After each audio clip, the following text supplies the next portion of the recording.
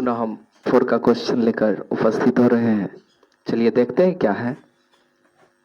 कोई बिंदु A है और कोई बिंदु B है।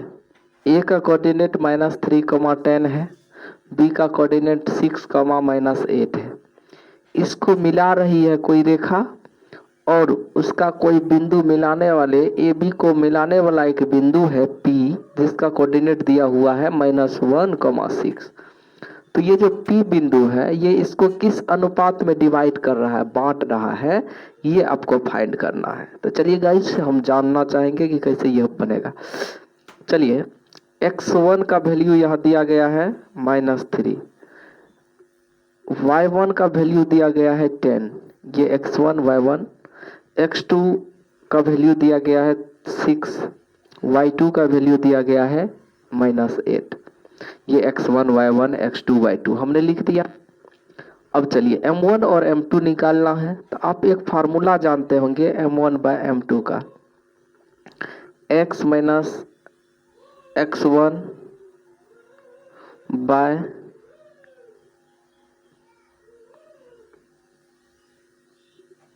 ये फार्मूला। चलिए गाइस हम स्टार्ट करते हैं। m1 by m2 equal to x minus x1 by x2 minus x। ये फार्मूला हमको इसमें पुट करना है।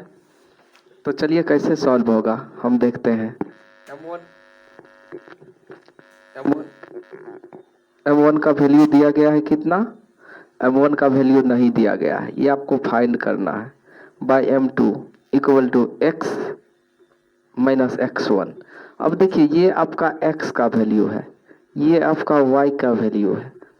तो x का वैल्यू -1 माइनस x1 का वैल्यू आप देख लीजिए -3 दिया गया है, बाय x2 का वैल्यू 6 माइनस x का वैल्यू -1। इसको हम पुट करते हैं इस फार्मूला के साथ। तो m1 by m2 equal to -1 minus minus +3 whole बटा 6 माइनस माइनस +1। तो this means m1 by m2 equal to 3 minus 1 2 by 6 1 7। अतः अभिष्ट अनुपात कितना प्राप्त हुआ, हमें जिस अनुपात में डिवाइड करना था वो अनुपात प्राप्त हुआ 2:7। चलिए गाइस अगर नहीं समझ पाते हैं तो कमेंट्स करके आप बताएं कि सर हमें फिर से समझाएं, तब हम पुनः आपको पर्सनल वीडियो पर इसको समझाने का प्रयास करेंगे। चलिए गाइस फिर अगले क्वेश्चन की तरफ। क्वेश्चन नंबर 5 है,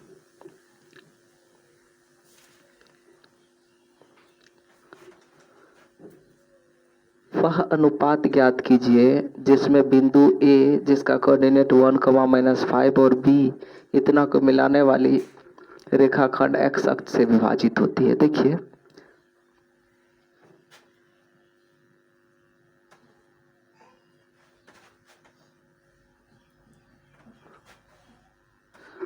एक बिंदु है A जिसका कोऑर्डिनेट है 1, -5 और दूसरा बिंदु है B जिसका कोऑर्डिनेट है -4, 5। इसको विभाजित कर रही है x अक्ष। तो चलिए x अक्ष का कोऑर्डिनेट आपको पता होगा x, 0। हमने उस वीडियो में, पिछले वीडियो में हमने डाला है x अक्ष जो विभाजित होती है तो x, 0 के रूप में विभाजित होती है। x अक्ष अगर किसी रेखा को विभाजित करती है तो उसका कोऑर्डिनेट x, 0 होता है। चलिए गाइस अब हम जानना चाहेंगे कि x अक्ष किस अनुपात में विभाजित करती है। डायरेक्ट यही फॉर्म हम इसमें भी लगाते हैं। तो चलिए आपको पता है m1 बाय m2 x का वैल्यू नहीं दिया गया है। हम जब इस वैल्यू को रख करके क्वेश्चन सॉल्व करेंगे तो परेशानी होगी, हल असंभव हो जाएगा, इसलिए y का वैल्यू रख करके करते हैं। y माइनस y1 बटा y2 माइनस y, ये भी वैल्यू हमने दिया था m1 बाय m2 का।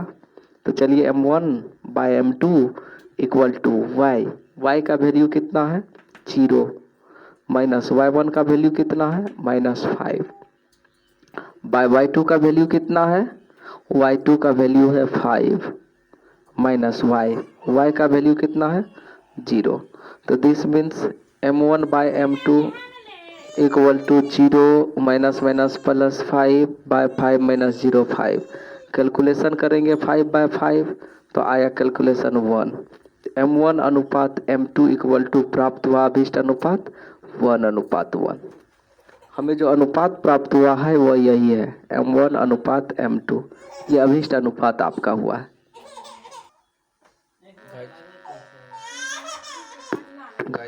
हेलो, इस विभाजन बिंदु के कोऑर्डिनेट भी हमें ज्ञात करना है।